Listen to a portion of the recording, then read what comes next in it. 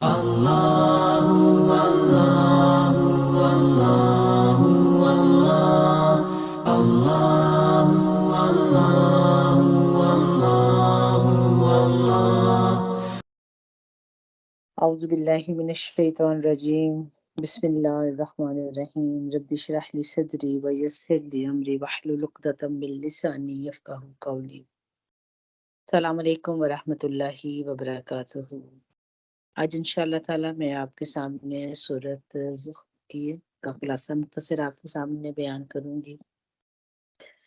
اور اللہ کے نام سے شروع کرتے ہیں۔ بسم اللہ الرحمن الرحیم۔ حامیم والکتاب المبین انا جعلناہ قرآنا عربیا لعلکم تعقلون وانہ فی امۃ الکتاب لدینا لعلی الحکیم۔ حامیم، قسم ہے کتاب مبین کی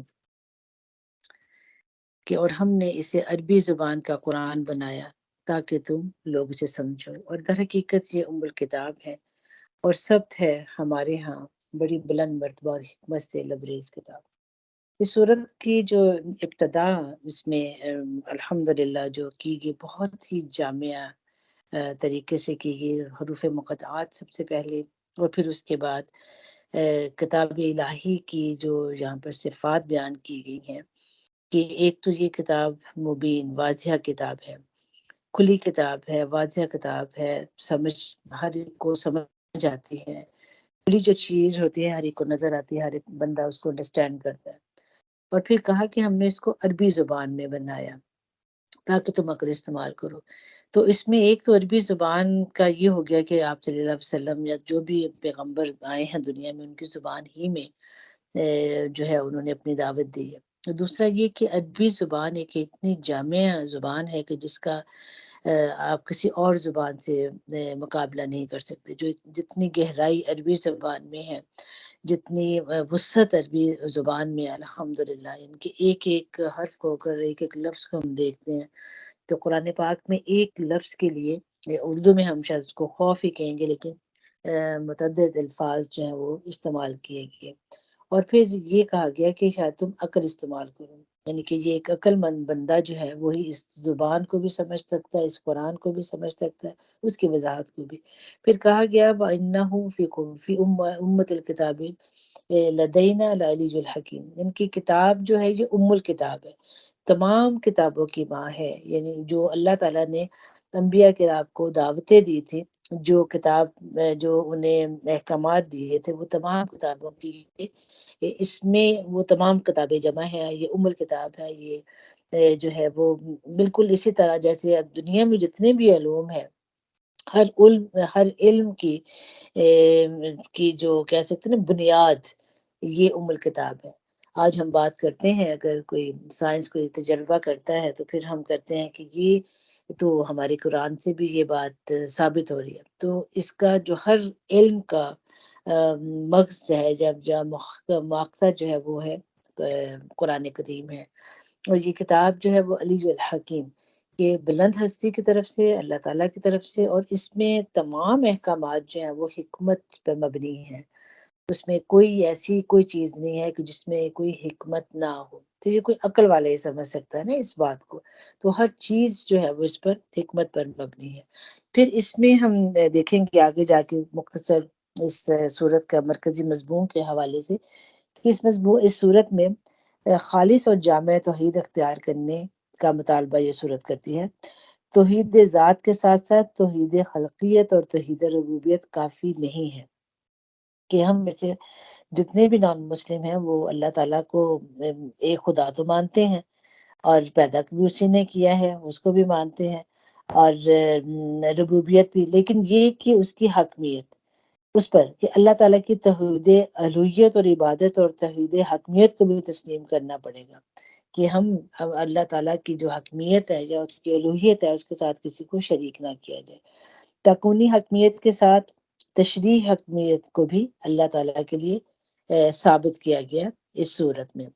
اور پھر اس کے بعد صورت میں الحمدللہ یہ بتایا گیا کہ وہ مذہب کیا ہے جسے یہ لوگ سینے سے لگائے ہوئے ہیں، اور وہ دلائل کیا ہیں جن کے بلبوتے پر یہ محمد صلی اللہ علیہ وسلم کا مقابلہ کر رہے ہیں اور خود مانتے ہیں کہ زمین اور آسمان کا اور ان کا اپنا اور ان کے معبودوں کا خالق جو ہے وہ اللہ تعالیٰ ہی ہے۔ یہ بھی جانتے اور مانتے ہیں کہ جن نعمتوں سے یہ فائدہ اٹھا رہے ہیں وہ سب اللہ کی دی ہوئی ہیں، پھر بھی دوسروں کو اللہ کے ساتھ خدائی میں شریک ٹھہراتے ہیں۔ تو یہ کیا ان کا جو رویہ یہاں پر ایک بتایا گیا کہ وہ جو مذہب جو ان کے پاس ہے جسے یہ سینے سے لگائے ہوئے ہیں، اور وہ دلائل کیا ہیں جن کے بلبوتے پہ یہ محمد صلی اللہ علیہ وسلم کا مقابلہ کر رہے ہیں۔ خود مانتے ہیں کہ زمین و آسمان کا اور ان کا اپنا جو اور ان کے معبودوں کا خالق جو ہے وہ اللہ تعالیٰ کی ذات ہے، اور یہ بھی جانتے اور مانتے ہیں کہ جن نعمتوں سے یہ فائدہ اٹھا رہے ہیں وہ سب اللہ کی دی ہوئی ہیں، پھر بھی دوسروں کو اللہ کے ساتھ خدائی میں شریک کرنے کا اصرار کیے جا رہے ہیں۔ پھر اس کے بعد آگے اگر ہم اس صورت کو ایک اور نظر میں دیکھیں کہ صورت میں ان مشکلات اور مصائب کا ایک حل پیش کیا گیا، یعنی کہ یہ ساری جو سچویشن پیچھے آپ کے سامنے رکھی گئی ہے کہ ان کا سلوشن جو ہے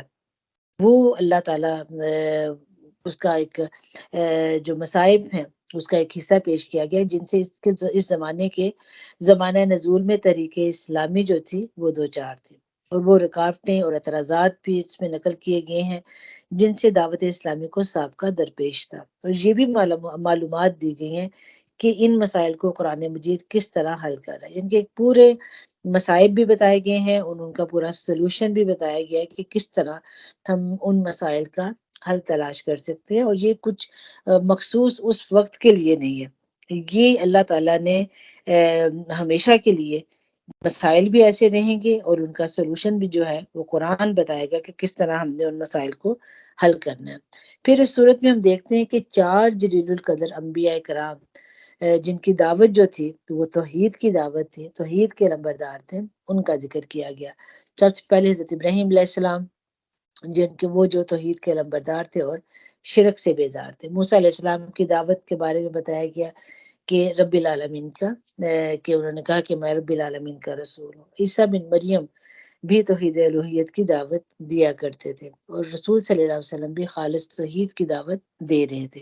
تو جو بھی پیغمبر آئے ہیں ان کی دعوت، جو پہلے آئے تھے ان کی دعوت بھی یہی ہے، اور آپ صلی اللہ علیہ وآلہ وسلم جو ہے ان کی دعوت جو ہے وہ بھی یہی دعوت ہے جو کہ دی جا رہی ہے۔ پھر اس صورت کے ابتدا میں جو کچھ آیات پہ پہلے میں نے جیسے بات کی ہے کہ اہم ترین یہ آداب میں یہ تعارف جو تمہید اللہ تعالیٰ نے باندھی ہے کہ کتاب اللہ کی صفات، عقل کی دعوت اور صفات الہی، ان کو مد نظر رکھتے ہوئے اگر ہم پچھلی جو انبیاء کرام ہیں ان کی دعوت کے اوپر غور کریں، اور پھر اس کے علاوہ جو کہ پہلے بھی جو بات ہوئی کہ جو بھی مصائب اور جو بھی مصیبتیں ہماری زندگی میں ہم پر آتی ہیں ان مصائب اور مصیبتوں کو کس طرح آپ نے قرآن کے ذریعے، ایک واضح کتاب ہے، اس میں اگر ہم عقل استعمال کریں گے تو اس میں ہمیں اس کے مواد میں سے اس کے اللہ تعالیٰ نے جو کتاب کو نازل کیا اس میں سے ہم عکس کر سکیں گے عقل استعمال کرتے ہوئے، کیونکہ یہی ام الکتاب ہے، اس کے علاوہ کوئی اور کتاب نہیں، جن کے ہمیں گائیڈ کرنے والی، ہمیں رہنمائی کرنے والی کوئی اور کتاب نہیں ہے، اور نہ ہی اللہ تعالیٰ کے سوا کوئی ذات ہے، کیونکہ وہی بلند ذات ہے۔ اور پھر یہ کہ حکمت جو ہے وہ اللہ تعالیٰ کی جو ہے وہ ہر حکم جو ہے اس میں حکمت ہے، ہم اس بات کو سمجھے یا نہ سمجھے اپنی کم عقلی کی وجہ سے۔ پھر اس کے بعد سورۃ زفر میں انشاء اللہ تعالیٰ آگے جا کے ایک رکوع کے اوپر بھی بات کریں گے مختصراً کہ کون کون سے نکات پر بات کی گئی صورت میں۔ تو اس صورت میں قرآن اور صفات الہی کے بعد کلام کا آغاز جو ہے اس میں کیا بتایا گیا، یعنی کہ جب ہم نے ابھی میں نے 4 آیات کی بات کی، اس کے بعد جو بات کی گئی ہے کہ اب کیا ہم تم سے بیزار ہو کے اس درس نصیحت یعنی کہ تمہارے پاس بھیجنا چھوڑ دیں، صرف اس لیے کہ تم حد سے گزرے ہوئے لوگ ہو، کہ تم لوگوں کی جو اپنی شرارتیں کے بلبوتے پہ یہ تم چاہتے ہو کہ نزول قرآن جو ہے وہ اللہ تعالیٰ بند کر دے، مگر اللہ تعالیٰ نے کبھی اشرار کی وجہ سے انبیاء کی بعثت اور کتابوں کی تنزیل نہیں روکی ہے، یعنی کہ یہ تمہاری کوئی خوش فہمی ہے، غلط فہمی ہے کہ اللہ تعالیٰ جو ہے وہ نزول قرآن یا انبیاء کو بھیجنا چھوڑ دیں گے، بلکہ ان ظالموں کو ہلاک کر دیا جو اس کی ہدایت کا راستہ روک رہے تھے۔ تو جو روکنے کے لیے کھڑے تھے، اللہ تعالیٰ کا دین نہیں کبھی بھی سلسلہ ختم نہیں ہوا، وہ ظالم ختم ہوئے، ان کو اللہ تعالیٰ نے غرق کیا۔ رکوع 1 اور 2 میں انشاءاللہ تعالیٰ آگے ہم چلتے ہیں، اس میں سے چند اہم نکات آپ کے سامنے رکھوں کہ سب سے پہلے جو ہم نے کیا کہ دعوت قرآن کا مقصد، کہ قرآن جو ہے وہ کیا تمہارے لیے لے کر آیا اور اس کا کیا مقصد ہے، اس میں کیا حکمت ہے، اور مشرکین کا رویہ جو بتایا گیا کہ مشرکین کیا کہتے ہیں کہ وہ مان کے نہیں دیتے ہیں۔ پھر اس میں ہم دیکھتے ہیں کہ اللہ تعالیٰ کی خلقیت اور ربوبیت سے استدلال کرتے ہوئے امکان آخرت کے دلائل فراہم کیے گئے۔ بتایا گیا کہ زمین کو اللہ تعالیٰ نے گہوارہ بنایا، اس میں اللہ تعالیٰ نے راستے بنائے، خاص مقدار سے پانی اتارا، تمام چیزوں کے جوڑے بنائے اور سواری کا انتظام کیا، اور پھر کہا کہ جب تم اس سواری پر سوار ہو تو یہ یہ یہ دعا تم اللہ تعالیٰ کے لیے جو تم نے اس دعا کو پڑھو، سبحان اللہ جی سخر لنا ھذا وما كنا له مقرنین وانا الى ربنا لمنقلبون۔ تو اس سواری کی دعا بھی اللہ تعالیٰ نے بتا دی کہ، اور پھر یہ کہ اللہ تعالیٰ کی ذات ہے کہ اس نے ان تمام چیزوں کو تمہارے لیے مسخر کیا، بے شک وہ زمین ہو، بے شک وہ راستے ہوں، بے شک وہ پانی ہو، اور جس طرح اللہ تعالیٰ نے ہر چیز کو جوڑے جوڑے بنائے اور تمام چیزوں کو تمہارے لیے مسخر کر دیا، ہر چیز تمہاری اطاعت گزار ہے۔ تو یہ اللہ تعالیٰ کی خلقیت اور اس کی ربوبیت ہے جو کہ اللہ تعالیٰ نے تمہیں عطا کی ہے، اور یہ سب کچھ الکتاب میں اللہ تعالیٰ نے بتا دیا کہ یہ سب کچھ الکتاب میں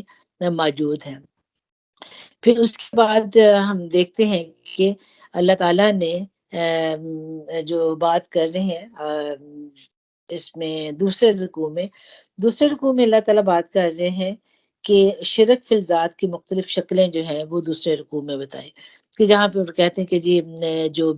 لڑکیاں ہیں، جو بیٹیاں جو ہیں وہ اللہ تعالیٰ کے فرشتے کے جو ہے وہ اللہ تعالیٰ کی بیٹیاں ہیں، تو اللہ تعالیٰ کہہ رہے ہیں کہ جب تمہاری بیٹی ہوتی ہے تو تمہیں تو بڑا غم کھا جاتا ہے، اور تم اس چیز کا کہتے ہو کہ بھی اللہ تعالیٰ کے رحمان کے خاص بندے جو وہ عورتیں قرار دے رہے ہو، تو اللہ تعالیٰ فرمارے کہ کیا تم نے ان کی جسم کی ساخت دیکھی ہے، کہ جہاں تمہارے پاس کوئی گواہی لکھی ہوئی ہے جو تم ایسی باتیں اللہ تعالیٰ کے اوپر ڈالتے ہو۔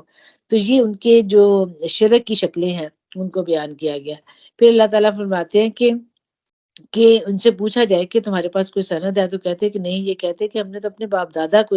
ایک طریقے پر پایا تھا اور ہم انہی کے نقش قدم پر چل رہے ہیں۔ اسی طرح تم سے پہلے جس بستی میں بھی ہم نے کوئی نذیر بھیجا، اس کے کھاتے پیتے لوگوں نے یہی کہا کہ ہم نے اپنے باپ دادا کو اس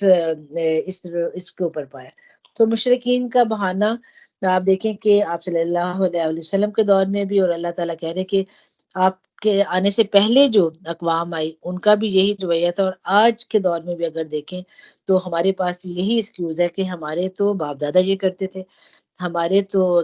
بزرگ یہ کرتے تھے، ہمارے گھروں میں یہ ہمیشہ سے ہوتا آ رہا ہے، ہمارے خاندان میں یہ ہوتا آ رہا ہے، ان کے ہم کوئی بھی ایسی غلط بات، غلط رواج یا کوئی بھی غلط سلسلہ جو ہمارے خاندانوں میں یا ہمارے ملکوں میں، شہروں میں چل رہا ہے، اس کو ہم کبھی نہیں قرآن کے ساتھ کمپیئر کر کے دیکھتے کہ قرآن اور حدیث کیا کہتی ہے، اور یہ جو ہم نے اپنے نئے رواج ڈالے ہوئے ہیں دین میں بھی ایڈ کیے ہوئے یا دین کے علاوہ بھی۔ تو بہانہ اس وقت بھی یہی تھا اور بہانہ اس وقت بھی یہی ہے کہ ہم تو انہی کے نقش قدم پر چلیں گے۔ پھر بتایا گیا کہ نبی کریم صلی اللہ علیہ وسلم سے پوچھو کہ کیا تم اسی ڈگر پہ چلے جاؤ گے، خواہ میں تمہیں اس راستے سے زیادہ صحیح راستہ بتاؤں جس پر تم نے اپنے باپ دادا کو پایا۔ انہوں نے سارے رسولوں کو یہی جواب دیا کہ جس دین کی طرف بلانے کے لیے تم بھیجے گئے ہو ہم اس کے انکاری ہیں۔ آخر کار ہم نے ان کی خبر لے ڈالی اور دیکھ لو کہ جھٹلانے والوں کا انجام کیا ہوا۔ تو یہاں پر اللہ تعالیٰ دوسرے رکوع میں شرک کی شکلیں ڈفرنٹ بتائیں، اور پھر اس شرک سے روکنے کے لیے انہیں کہا گیا کہ آپ اس کو چھوڑو، لیکن یہ کہ انہوں نے شرک کو نہیں چھوڑا، یہی کہا کہ ہم نے تو اپنے باپ دادا کو اس پر ڈالا، ہم نے پایا ہے۔ پھر رکوع 3 سے جو بات شروع ہو رہی ہے اس کے اہم نکات ہے کہ ابراہیم علیہ السلام، یہاں سے اللہ تعالیٰ بات کر رہے کہ یاد کرو وقت جب کہ ابراہیم علیہ السلام نے اپنے باپ اور اپنے قوم سے کہا تھا کہ تم جن کی بندگی کرتے ہو میرا ان سے کوئی تعلق نہیں ہے، میرا تعلق صرف اس سے ہے جس نے مجھے پیدا کیا ہے، وہی میری رہنمائی جو ہے وہ کرے گا یعنی اللہ تعالیٰ کی ذات. سو ابراہیم علیہ السلام نے بتا دیا اور پھر بتایا کہ ابراہیم علیہ السلام یہی کلمہ اپنے پیچھے اپنی اولاد میں چھوڑ گئے تاکہ وہ اس کی طرف رجوع کرے. اس کے باوجود جب یہ لوگ دوسروں کی بندگی کرنے لگے تو میں نے ان کو مٹا دیا. تو حضرت ابراہیم علیہ السلام کا مقصد زندگی کہ میں نے صرف اپنے رب کی عبادت کرنی ہے، اس کی بندگی کرنی ہے، اور میرا تمہارے معبودوں سے کوئی تعلق نہیں ہے. میں اس کی بندگی کروں گا جس نے مجھے پیدا کیا، جس نے مجھے راہ دکھائی، جس نے مجھے رہنمائی میری کی. اور پھر اپنی اولاد کے پیچھے بھی یہی سبق چھوڑ گئے، یہی کلمہ چھوڑ کے گئے اپنی اولاد کے پیچھے تاکہ وہ بھی رجوع کرے. اور پھر اس کے بعد بتایا گیا کہ اللہ تعالیٰ نے اولاد ابراہیم کی آزمائش کس طرح لی. اللہ تعالیٰ فرماتے ہیں کہ بلکہ انہیں ان کے باپ دادا کو متاع حیات دیتا رہا یہاں تک کہ ان کے پاس حق اور کھول کھول کے بیان کرنے والے رسول آگے، مگر جب وہ حق ان کے پاس آیا تو انہوں نے کہہ دیا کہ یہ تو جادو ہے، ہم اس کو ماننے والے نہیں ہیں. تو کیا ہوا کہ ان کو دنیا دے دی، متاع دنیا دے دی کہ اس دنیا نے ان کو حق کو انہوں نے جھٹلا دیا، کیونکہ جتنے انبیاء کرام آئے ہیں وہ حضرت ابراہیم علیہ السلام کے خاندان سے، ان کی نسل سے آئے ہیں. پھر اس کے بعد بتایا گیا کہ حق ثابت کرنے کے لیے اللہ تعالیٰ نے کون سا راستہ اختیار کیا. ان کے مسلسل رسولوں کا ایک تسلسل جو تھا وہ اللہ تعالیٰ نے اس کو برقرار رکھا. یہ نہیں ہوا کہ اللہ تعالیٰ نے کبھی بھی ایسا ہوا ہو کہ کبھی کوئی رسول یا پیغمبر جو ہے وہ اس قوم میں یا اس ملک میں نہ بھیجا. لوگوں کے رویے جاننے کا طریقہ اختیار کیا گیا کہ لوگ جو ہیں وہ کیا کرتے ہیں کہ انہیں کیا اعتراض تھا کہ بھی قرآن جو ہے وہ ہم میں سے کسی بہت پاورفل بندے کو کیوں نہیں دیا گیا. تو اللہ تعالیٰ فرماتے ہیں کہ یہ اللہ کی تقسیم ہے.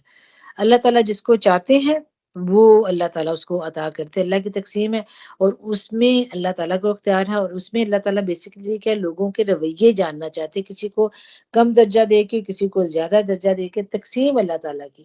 کوئی بہت انٹیلیجنٹ ہے تو کوئی کسی کو اتنی سمجھ نہیں ہے، کوئی بہت امیر ہے تو کوئی غریب ہے، اور کوئی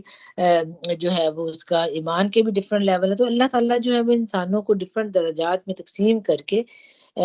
اس کو اللہ تعالیٰ پرکھتے ہیں، اللہ تعالیٰ دیکھنا چاہتے ہیں. اور اللہ تعالیٰ کا طریقہ اللہ تعالیٰ کیا طریقہ اختیار کر سکتے ہیں.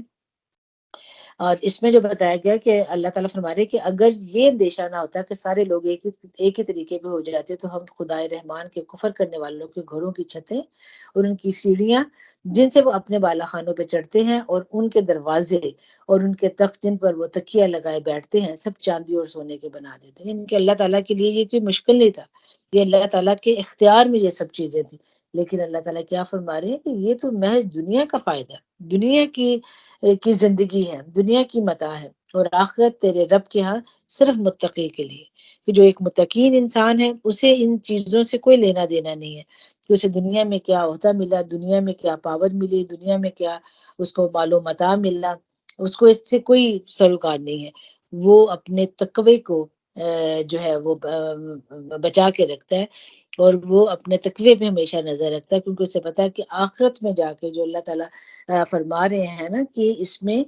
کہ والآخراتی عند ربک للمتقین، کہ آخرت جو ہے متقین جو ہے وہ اپنے انجام کو یاد رکھتا ہے. اور تقویٰ کا مطلب ہی یہ ہے کہ اپنے انجام کو سامنے رکھتے ہوئے اپنے آپ کو گناہ سے بچانا. اس کے بعد رکوع 4 جو ہے اس میں الحمدللہ اس میں ہم دیکھتے ہیں کہ رکوع 4 میں جو بتایا گیا ہے کہ شیطان کن پر مسلط کیا جاتا ہے. اللہ تعالیٰ فرما رہے ہیں کہ جو شخص رحمان کے ذکر سے تغافل برتا ہے ہم اس پر ایک شیطان مسلط کر دیتے ہیں اور وہ اس کا رفیق بن جاتا ہے. یہ شیاطین ایسے لوگوں کی راست پر آنے سے روکتے ہیں کہ وہ اپنی جگہ یہ سمجھتے ہیں کہ ہم ٹھیک جا رہے ہیں. آخر کار جب یہ شخص ہمارے ہاں پہنچے گا تو اپنے شیطان سے کہے گا کاش میرے اور تیرے درمیان مشرق و مغرب کی دوری ہوتی، تو بدترین دوست نکلا. ان کے شیطان کن پر اللہ تعالیٰ مسلط کرتے ہیں؟ جو انسان آخرت کو جو ہے وہ بھول جاتا ہے. تو آخرت میں انسان کو کیا چاہیے، یعنی کہ انسان کیا کہے گا کہ کاش کہ میں اس بندے کو، اس شخص کو اپنا دوست نہ بناتا. تو اس پر اللہ تعالیٰ جو ہے وہ ہمیں توجہ کروا رہے ہیں رکوع 4 میں الحمدللہ. اور پھر آپ صلی اللہ علیہ وسلم کو تسلی دی جا رہی ہے کہ نبی کریم صلی اللہ علیہ وسلم تم بہنوں کو سناؤ گے یا اندھوں کو یعنی کہ وہ تو سری گمراہی میں پڑے ہوئے ہیں، لوگوں کو اب تم کیسے راہ دکھا سکتے ہو؟ اب تو ہمیں ان کو سزا دینی ہے، خواہ ہم تمہیں دنیا سے اٹھا لیں یا تم کو آنکھوں سے ان کا وہ انجام دکھا دیں جس کا ہم نے ان سے وعدہ کیا ہے، ہم اس پر پوری قدرت ہمیں اس پر حاصل ہے۔ تو آپ صلی اللہ علیہ وسلم کو تسلی دی جا رہی ہے، آپ صلی اللہ علیہ وسلم کو غم تھا، بہت دکھ تھا آپ صلی اللہ علیہ وسلم کو کہ یہ حق بات کو کیوں نہیں مانتے۔ پھر فرمایا گیا کہ ہدایت کے لیے قرآن ہی کو تھامو،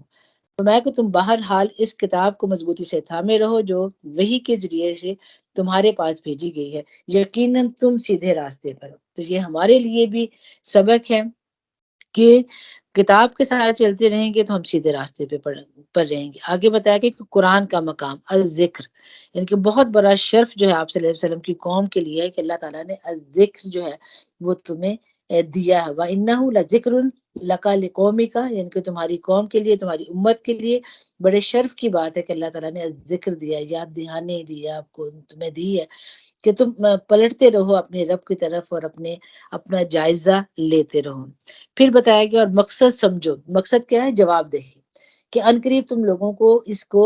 کی جواب دہی کرنی ہوگی۔ تو قرآن کا اصل مقصد جو ہے وہ کیا ہے کہ جو ہم عمل کر رہے ہیں ان اعمال کو اللہ تعالیٰ جانچے گا، قرآن کے اس میزان میں، اس ترازو میں اللہ تعالیٰ جو ہے وہ اس کو دیکھیں گے، کیونکہ یہ جواب دہی کا احساس تو تبھی ہوگا نا جب ہم قرآن کو پر عمل کریں گے، قرآن کے طریقے پہ چلیں گے اور قرآن کو سامنے رکھتے ہوئے اپنی زندگی کو گزاریں گے۔ پھر اس میں ایک بہت اہم بات آخر پہ اللہ تعالیٰ اس رکوع میں جو بات کہہ رہے ہیں، وَاسْأَلْ مَنْ أَرْسَلْنَا مِنْ قَبْلِكَ مِنْ رُسُلِنَا، کہ آپ سے پہلے بھی جتنے رسول بھیجے ان سب سے پوچھ دیکھو، کیا ہم نے خدا رحمان کے سوا کچھ دوسرے معبود بھی مقرر کیے تھے کہ ان کی بندگی کی جائے؟ یہ ان کے شرک کے دلائل اللہ تعالیٰ یہاں پیش کر رہے ہیں، شرک کی تردید اللہ تعالیٰ کر رہے ہیں کہ تم ذرا پوچھ دیکھو، وصل، کہ تم ان سے پوچھ کے دیکھو کہ کسی بھی پیغمبر نے آ کے کبھی یہ بات کہی ہے کہ جو ہے کہ تم نے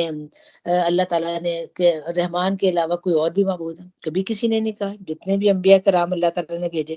کبھی کسی نے اس چیز کی دعوت نہیں دی۔ پھر اس کے بعد اللہ تعالیٰ جو ہے وہ فرعون کی قوم، ایک ایسی قوم جس پر اللہ تعالیٰ کا غضب ہے، جس کی ذکر اللہ تعالیٰ نے سورۃ الفاتحہ میں کیا، یعنی کہ جو بنی اسرائیل ہیں اور جو فرعون کو فالو کرنے والے لوگ تھے، ان کی حوالے سے اللہ تعالیٰ بات کرتے ہیں کہ ہم نے موسیٰ علیہ السلام کو اپنی نشانیوں کے ساتھ فرعون اور اس کی سلطنت کے پاس بھیجا، اور اس نے جا کر کہا کہ میں رب العالمین کا رسول ہوں۔ ان کے آپ سے جو حضرت موسیٰ علیہ السلام تھے، انہوں نے تعارف جو اپنا دیا کہ مجھے اللہ رب العالمین کی طرف سے میں آیا ہوں۔ پھر جب اس نے ہماری نشانیاں ان کے سامنے پیش کی تو وہ ٹھٹھے مارنے لگے۔ ہم ایک پر ایک ایسی نشانی ان کو دکھاتے چلے گئے جو پہلی سے بڑھ چڑھ کر تھی، اور ہم نے ان کو عذاب میں دھر لیا اور وہ اپنی روش سے باز آئے۔ ہر عذاب کے موقع پر وہ کہتے تھے کہ اے ساحر، اپنے رب کی طرف سے جو منصب تجھے پہ حاصل ہے اس کی بنا پر ہمارے لیے اس سے دعا کر۔ یہ ان کے پورے رویے بتائے جا رہے کہ ہم ضرور راہ راست پر آئیں گے، مگر جو ہی ہم ان پر سے عذاب ہٹا دیتے وہ اپنی بات سے پھر جاتے۔ اور ایک روز فرعون نے اپنے قوم کے درمیان پکار کر کہا کہ لوگوں، کیا مصر کی بادشاہی میری نہیں ہے؟ کیا یہ نہریں میرے نیچے نہیں بہہ رہی ہیں؟ کیا تم لوگوں کو نظر نہیں آتا کہ میں بہتر ہوں اس شخص سے جو ذلیل اور حقیر ہے اور اپنی بات بھی کھل کے بیان نہیں کر سکتا؟ کیوں نہ اس پر سونے کے کنگن اتارے گئے یا فرشتوں کا ایک دستہ ہی اس کی اردلی میں آیا گیا۔ تو فرعون کا یہ جو قوم تھی اس کے اوپر جو غضبناک عذاب کے کیوں مستحق ہوئے؟ کیونکہ ان کا رویہ، ان کی روش اور فرعون کا خدائی کا دعویٰ کرنا۔ پھر اللہ تعالیٰ نے ان سے انتقام لیا، اور پھر اللہ تعالیٰ بتاتے ہیں کہ ان کی قوم جو تھی، قوم کو ہلکا سمجھا اور انہوں نے اس کی اطاعت کی، اور پھر آخر کار جب انہوں نے ہمیں غضبناک کر دیا تو ہم نے ان سے انتقام لیا اور ان کو اکٹھا غرق کر دیا، اور بعد والوں کے لیے پیش رو اور نمونہ عبرت بنا دیا۔ تو یہ فرعون کی قوم جو تھی، ان کے رویے بتائے گئے، اور اس کے بعد کے کیسے اللہ تعالیٰ نے ان کو سبق سکھایا، کیسے اللہ تعالیٰ نے ان سے انتقام لیا، اور ہم نے اپنے آپ کو ان کے رویوں سے بچا کے رکھنا۔ رکوع 6 کی طرف ہم چلتے ہیں۔ رکوع 6 میں مشرکین مکہ کے شور کی وجہ، اب یہاں پر اللہ تعالیٰ فرما رہے ہیں 6 رکوع میں کہ جو ہی بنی ابن مریم کی مثال دی تمہاری قوم کے لوگوں نے اس پر غلب مچا دیا اور کہنے لگے کہ ہمارے معبود اچھے ہیں یا وہ، یہ مثال وہ تمہیں سامنے محض کج بحثی کے لیے لائے تھے، حقیقت یہ ہے کہ یہ ہیں ہی جگڑوالو۔ ابن مریم اور اس کے سوا کچھ نہ تھا کہ ایک بندہ تھا جس پر ہم نے انعام کیا اور بنی اسرائیل کے لیے اسے اپنی قدرت کا ایک نمونہ بنا دیا۔ تو ہم نے فرشتوں کو فرشتے پیدا کر دیے تو زمین میں تمہارے جانشین ہوں، اور وہ یقیناً ابن مریم دراصل قیامت کی ایک نشانی میں سے تھے۔ تو انہوں نے شور مچا دیا کہ حضرت جو مریم ہے ان کے بیٹے کو بھی تو یہ خدا بنا، جو عیسائی مانتے ہیں۔ تو اللہ تعالیٰ کہتے ہیں وہ تو ایک نشانی تھی۔ تو حالانکہ حضرت عیسیٰ علیہ السلام نے اپنا تعارف جو دیا تھا، انہوں نے اپنا تعارف دیا تھا، انہوں نے کہا تھا، اللہ تعالیٰ نے بتایا کہ وہ قیامت کی ایک نشانی میں سے تھے، اور انہوں نے کہا تھا کہ میری بات کو مانو، میری بات کو مانو، یہی سیدھا راستہ ہے، ایسا نہ ہو کہ شیطان تم کو اس سے روک دے اور تمہارا کھلا دشمن ہے۔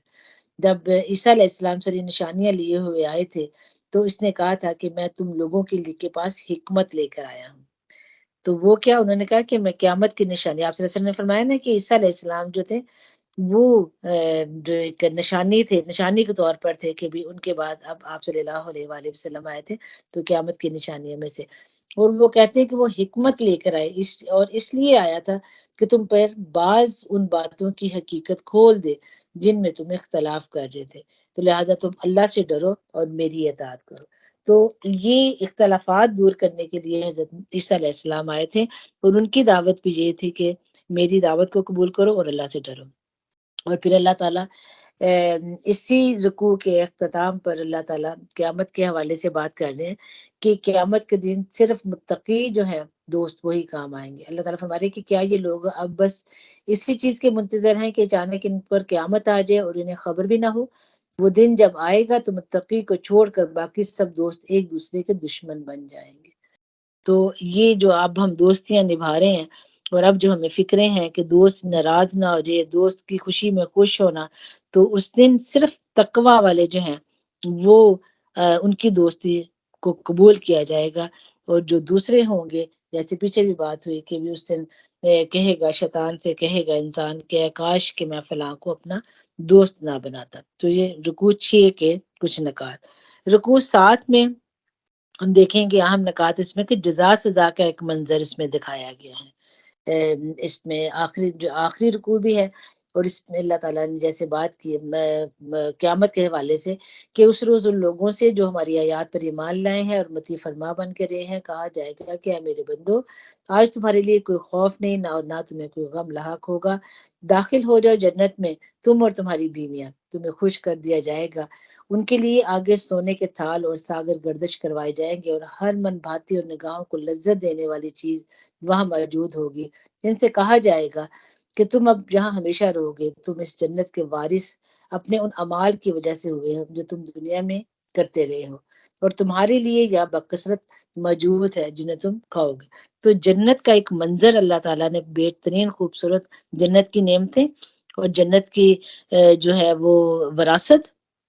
اللہ تعالیٰ اس کی جہاں پہ بات کرتے ہیں اور کہتے ہیں کہ ہمیشہ تم جنت میں رہو گے، اور یہ کون لوگ ہیں؟ جو متقی لوگ ہیں۔ اور پھر جہنمیوں کے حوالے سے بات کی کہ جہنمی جو لوگ ہیں وہ بھی ہمیشہ جہنم میں بھی رہیں گے، اور کبھی ان پر سے عذاب کی کمی نہیں ہوگی، اور وہ اس میں مایوس پڑے ہوں گے، اور ان پر ہم نے ظلم نہیں کیا بلکہ وہ خود ہی اپنے اوپر ظلم کرتے تھے۔ وہ پکاریں گے کہ مالک تیرا رب ہمارا کام ہی تمام کر دے تو اچھا ہے، تو جواب دیا جائے گا کہ تم جو ہی پڑے رہو، ہم تمہارے پاس حق لے کر آئے تھے، مگر تم میں سے اکثر کو حق ہی ناگوار تھا۔ جن کے حق کا انکار کا جو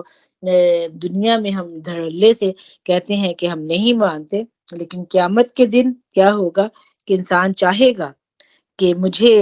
جو ہے جہنم سے نکال دیا جائے، لیکن وہ جو دن ہوگا، وہ جو موقع ہوگا،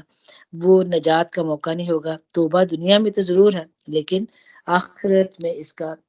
جو ہے وہ نہیں ہے۔ پھر اس کے بعد اللہ تعالیٰ کا جامعہ تعارف دیا گیا، ان کے کمزور معبودوں کے حوالے سے بات کر کے لاجواب کرنے والے سوال کیے گئے، اور رسول صلی اللہ علیہ وسلم کو تسلی دی گئی۔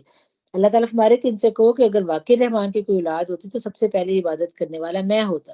پاک ہے آسمان اور زمین کا فرما روا، عرش کا مالک ان ساری باتوں سے جو لوگ اس کی طرف منسوخ کرتے ہیں۔ اچھا انہیں اپنے باطل خیالات میں غرق اور اپنے کھیل میں منہمک رہنے دو، یہاں تک کہ یہ اپنا وہ دن دیکھ لیں جس کا انہیں خوف دلایا جا رہا ہے۔ تو یہ اللہ تعالیٰ کا رحمان کا ایک تعارف بھی ہے، اور وہی ایک آسمان میں بھی خدا ہے اور زمین میں بھی وہی، اور وہی حکیم اور علیم اور بہت بالادست ہے، وہ جس کے قبضے میں زمین اور آسمان اور ہر اس چیز کی بادشاہی ہے جو زمین و آسمان کے درمیان پائی جاتی ہے، وہی قیامت کی گھڑی کا علم رکھتا ہے، اسی کی طرف تم سب پلٹائے جاؤ گے۔ اور اس کو چھوڑ کے یہ لوگ جنہیں تم پکارتے ہو وہ کسی شفاعت کا اختیار نہیں رکھتے الا یہ کہ کوئی علم کی بنا پر حق کی شہادت دے۔ تو یہ ان کے جو کمزور معبود ہیں ان کے پاس کوئی حق نہیں ہے کہ وہ جو ہے وہ شفاعت کا، جب تک اللہ اجازت نہ دے۔ اللہ تعالیٰ اپنا تعارف دینے کے بعد شفاعت کی بات کرتے ہیں۔ پھر اس کے بعد اللہ تعالیٰ ایک سوال کرے کہ اگر تم ان سے پوچھو کہ انہیں کس نے پیدا کیا تو یہ خود کہیں گے کہ اللہ نے۔ پھر کہاں سے یہ دھوکہ کھارے ہیں؟ قسم ہے رسول صلی اللہ علیہ وسلم کے اس قول کی کہ اے رب یہ وہ لوگ ہیں جو مان کر نہیں دیتے۔ تو لاجواب کرنے والا سوال کیا گیا اور آپ صلی اللہ علیہ وسلم کو آگے تسلی دی گئی ہے، کہا گیا کہ اچھا اے نبی کریم صلی اللہ علیہ وسلم ان سے درگزر کرو اور کہہ دو کہ سلام ہے تم میں، ان قریب انہیں معلوم ہو جائے گا۔ تو اللہ تعالیٰ نے کہا کہ ان کو ان کے حال کے اوپر چھوڑ دیں اور بس ان سے درگزر کریں اور ان سے دور کا سلام کریں کہ دعوت جب دے دی ہے اب اس دعوت کو نہیں قبول کرتے تو اس میں آپ صلی اللہ علیہ وسلم کا کوئی جو ہے وہ زبردستی نہیں ان کو منوا سکتے۔ پھر آپ دیکھیں کہ جیسے میں نے پہلے بات کی تھی کہ سورہ زخرف کا مرکزی مضمون تھا، اس پوری صورت میں جو ایک خالص اور جامع توحید اختیار کرنے کا مطالبہ کیا گیا۔ توحید ذات کے ساتھ ساتھ توحید خلقیت اور توحید ربوبیت کافی نہیں بلکہ اللہ تعالیٰ کی توحید الوہیت، عبادت اور توحید حکمیت کو بھی تسلیم کرنا پڑے گا، جن کو اس کے بنائے ہوئے جو قوانین ہیں ان کو تسلیم کرنا پڑے گا۔ تکونی حکمیت کے ساتھ تشریح حکمیت کو بھی اللہ تعالیٰ کے لیے ثابت کیا گیا اس صورت میں۔ تو بہت ہی مختصر سی اور بڑی جامع صورت اور بڑے خوبصورت انداز میں اللہ تعالیٰ نے کھول کھول کے کتاب مبین کا ہے، کھول کھول کے اللہ تعالیٰ نے اس میں احکامات جو ہے وہ اللہ تعالیٰ نے اس میں بتا دیے۔ تو اور پھر یہ کہ دعوت کا مقصد توحید فی الذات پر دلائل اس میں ہم نے دیکھے پوری صورت میں۔ 3 انبیاء کی اقوام کو جو دی گئی دعوت تھی ان کے رویے اور آخرت میں انجام سے خبردار کیا گیا۔ چوتھی جو قوم ہے وہ تو ہم ہیں، لیکن 3 اقوام انبیاء کرام جو تھے ان کی قوموں کی مثالیں دے کے بتایا گیا کہ کس طرح ان کو دعوت دی گئی، کیا ان کے رویے تھے اور ان کا آخرت میں انجام کیا ہوگا۔ اوبیسلی ان میں سے جو نیک لوگ ہوں گے، متقی لوگ ہوں گے، جنہوں نے حق دعوت کو قبول کیا، ان کے لیے اللہ تعالیٰ نے جنت کی نعمتوں کا بھی ذکر کیا اور کہا کہ اللہ تعالیٰ ان کو جنت کی نعمتوں کا وارث بنائیں گے۔ اور آخر میں پھر شرک کی تردید کرتے ہوئے صفات الہی اور رسول صلی اللہ علیہ وسلم کو تسلی دی گئی، یعنی کہ جیسے پہلے صفات الہی تھی بالکل آخر پر بھی صفات الہی جو ہے وہ بیان کی گئی ہیں۔ الحمدللہ یہ تھا سورۃ الزفر کا مختصر خلاصہ۔ ہر اچھی بات اللہ رب العزت کی طرف سے، ہر کمی کوتاہی میری ذات کی طرف سے۔ اجازت چاہوں گی۔ السلام علیکم ورحمۃ اللہ وبرکاتہ۔ سبحانک اللہم و بحمدک، اشہد ان لا الہ الا انت، استغفرک و اتوب الیک۔